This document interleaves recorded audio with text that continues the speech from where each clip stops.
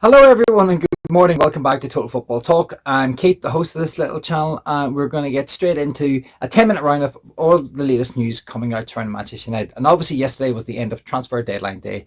And as per usual for Manchester United, the club say one thing and the fans think something else.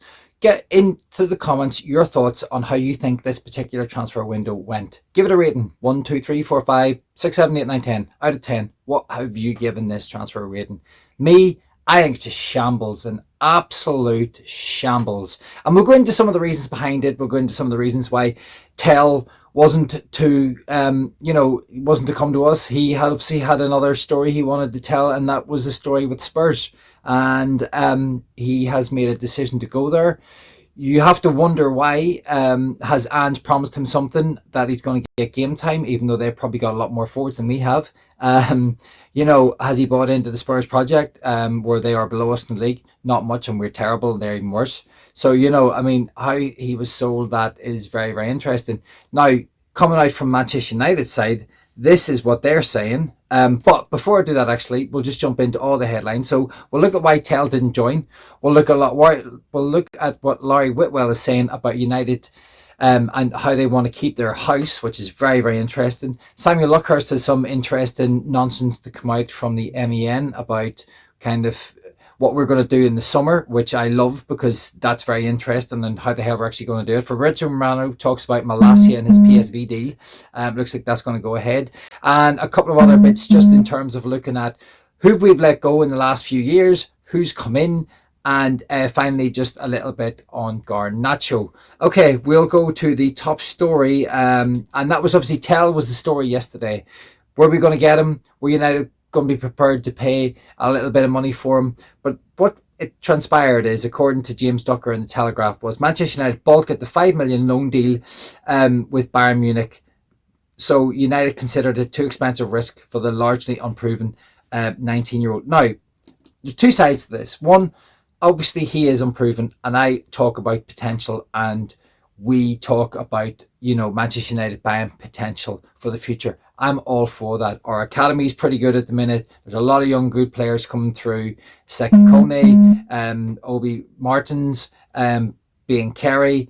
There's a lot of very, very talented Shelley. There's an abundance of kids in that youth development team.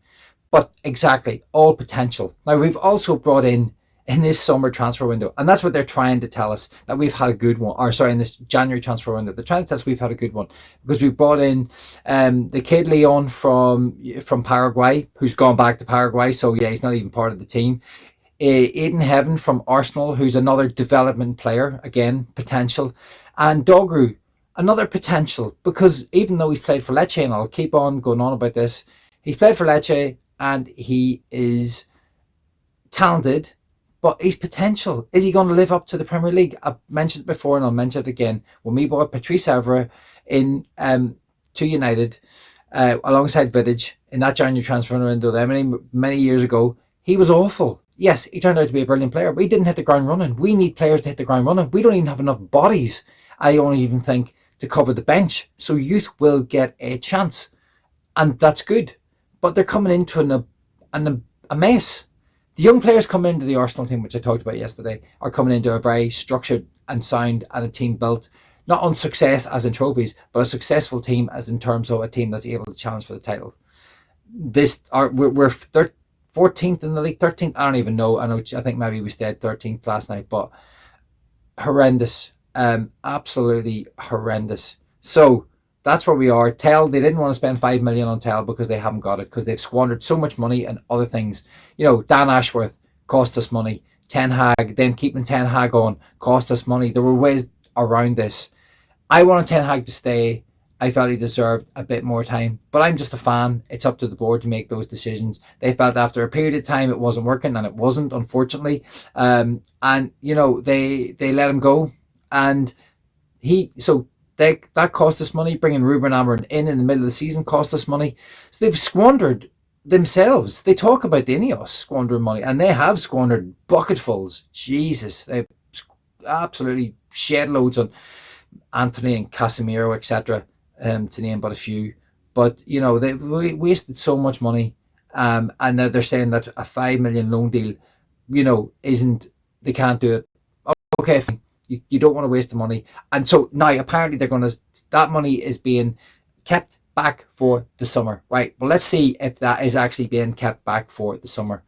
I would be fascinated to see, because we've saved money on Rashford's wages, we've saved money on Anthony's wages, we've saved the money on Malaicia's wages. There's a lot of money that has been saved over this particular course, but yeah, but it's impossible to bring in another kid. But as I did say, he is potential. He may not work in the Premier League. He's not an out-and-out striker.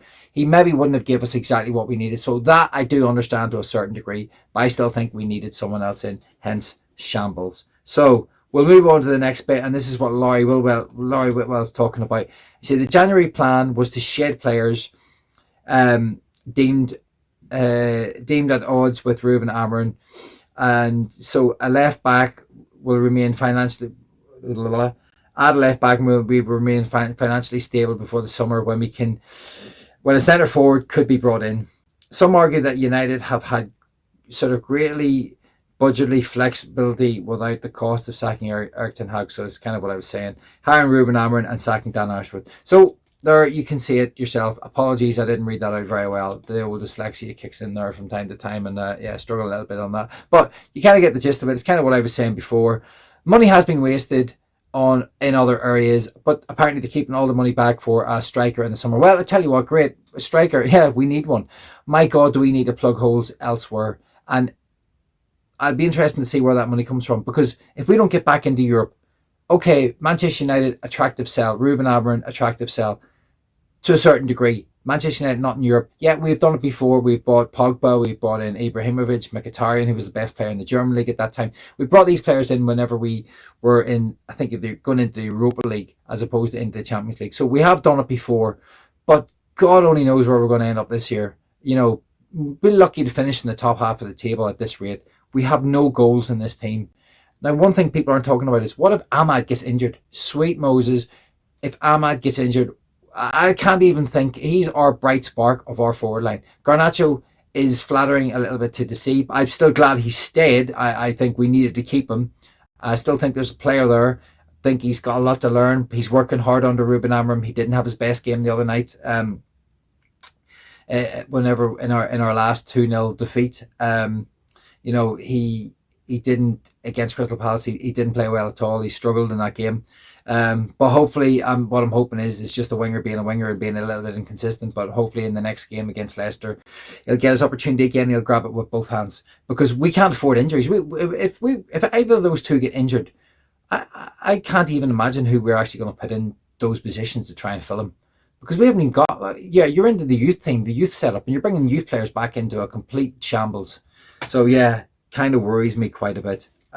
Because we are left very, very short. So Samuel Luckhurst, this was his take on it. So he was saying United prioritised their summer budget by deciding against an attacking addition in the winter, paving the way for a major signing in the close season. Well, we will soon see, because it won't take too long before the close season arrives. Manchester United will not be buying anyone until January, and we won't be buying anyone until July. So again, they'll probably miss pre-season. They probably won't be on the tour. It'll probably be another slow start to the season. It's just the same old film over and over again. As I said yesterday, Rubin Amorim's got this anchor and he's been thrown in off the side of the boat.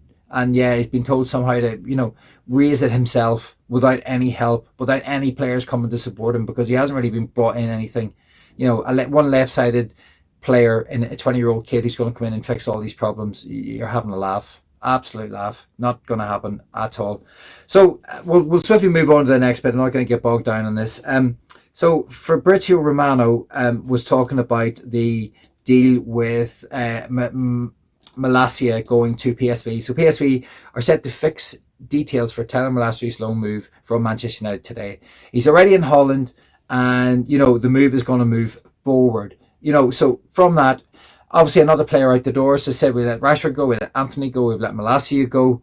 There's a couple of the youngsters have gone from the from the youth setup. And who have we come in? They're talking about 3 players that they brought in, saying they've cleaned their house and that they've done good business. with 3 unproven kids, and that's what Amorim needs in the midst of a crisis, in the midst of one of our worst seasons ever. So that's what he's left with. Brilliant, absolutely brilliant by the club. So this is just a little statistic here on where we are with everything. Alice Talks Football kind of posted this, and I've been looking at it this morning myself. Look at the players on the outs: Ronaldo, Cavani, Martial, Elanga, Greenwood, Rashford, Sancho, Anthony, Palestri, Weghorst, Inns, Højlund, Xerxes, and sorry, just the wind's blowing something in my attic there. I was wondering what the hell that was. A strange noise. Sorry. So we've got Højlund, Anthony, Xerxes, and Weghorst in. Brilliant. That's what I mean. Absolute. This is farcical. When you break it down and you look at that, Weghorst was alone, and he's gone, and he wasn't, and he struggled. Anthony's on loan. We're left with Højlund and Xerxes to get through the rest of the season. What on God's name earth? What on sweet words? Disgraceful. This is a disgrace. I don't care what anyone says. That is just an absolute shambles. An absolute shambles. How have we been left like this? How is one of the biggest and best clubs in the world been left with a forward line of nothing? Of absolutely nothing. Now, Ian Kerry and Chibi Obi Martins, I hope they can come in, if it is for those kids to come through and somehow save us. Because I don't even know how we fill the bench. Mason Mount's always injured. Shaw's coming back. Great. Whoop-de-doo. Apparently he's back for Friday. Let's see how long he lasts. Brilliant player. I think he's class. I think he can slot into that left back, in the back three on the left side, and he'd do a brilliant job. If he can stay fit between now and the end of the season, magic. Absolutely magic. But I give him about 5 games at the most before he pulls something and realizes that this season's a shambles. I don't want to be anywhere near this. I don't want to be part of this team. And for some reason, he'll probably end up not, finding his way out of it. So that's where we are with that. And in the last little bit of news, there was a little bit of news on Garnacho that the club, I've kind of mucked this still up a little bit, but the club were relieved that they didn't sell Alejandro Garnacho. Well, I don't actually think they were relieved. I actually don't think they could have done it. Do you imagine if they had sold, if Rashford had went and they had actually sold Garnacho too? I mean, and still went, oh, well, we can't bring anyone in because there's no value in the market. Manchester City have spent over 150 million. Other teams around us have spent. Okay, I don't think Liverpool have. I'm not entirely sure if they've bought anyone. But Spurs have, City have, Arsenal have. Have Arsenal? Maybe Arsenal haven't. I know they obviously tried to buy Ollie Watkins.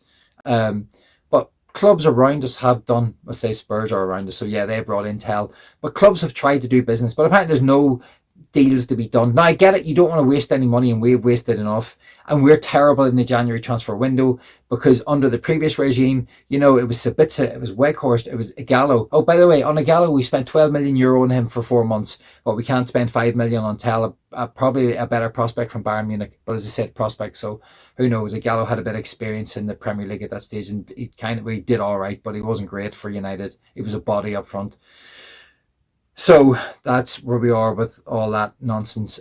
If Garnacho had been sold, I don't know where we would have stood. Christ almighty, it just doesn't worth thinking about at this stage. But yeah, so I put a lot of this on Glazers and the Ineos.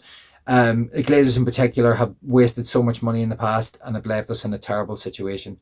And we are in trouble. And the rest of the season is going to be a shocker. And I just hope Rubin Amorim can somehow find a way to just get us over the line in the league, get us into the top half or the middle part of this league, and somehow stumble his way through the trophies, through the FA Cup and the Europa League, because that's all we're going to be able to do now. Bar a miracle. It's kind of it's an Amorim's miracle that we're looking for to get through the rest of the season, because there's no way he can be happy about it. Even if he comes out in the press and says that he is, I'll be shocked if behind the scenes he's delighted with the fact that they brought in 3 kids and they think that's going to fix our problems. So okay, guys, I'm going to leave it there. I am really disappointed with this transfer window. I'm dreading the rest of the season. I believe in Rubin Amorim. I think he's trying to do the right thing. He's getting rid of the players that shouldn't be here. I'm all for it. I'm right behind the manager. I'm just tired of this board. And I know what they're trying to do. I can see it. I can see that they're just, they're getting rid of they're getting rid of players and they are cutting costs. But my God, they have a long way to go, and they need to start figuring ways out, especially for the summer transfer window, because I want to see a big striker coming in. If that's what they're talking about, Luckhurst and all the rest of them are talking about it, happy days. Let's see if you're right, because we need someone to come in here and give us hope. And in Rubin we trust. But yeah, it's going to be a tough season, guys. Okay, thank you. If you're enjoying the material, thank you very much. Appreciate all the likes and the subscribes so far. It's been amazing. Viewing figures have gone through the roof yesterday. Happy days. Really, really appreciate it, guys. Please smack that like button. And yeah, I'll see you on the next one.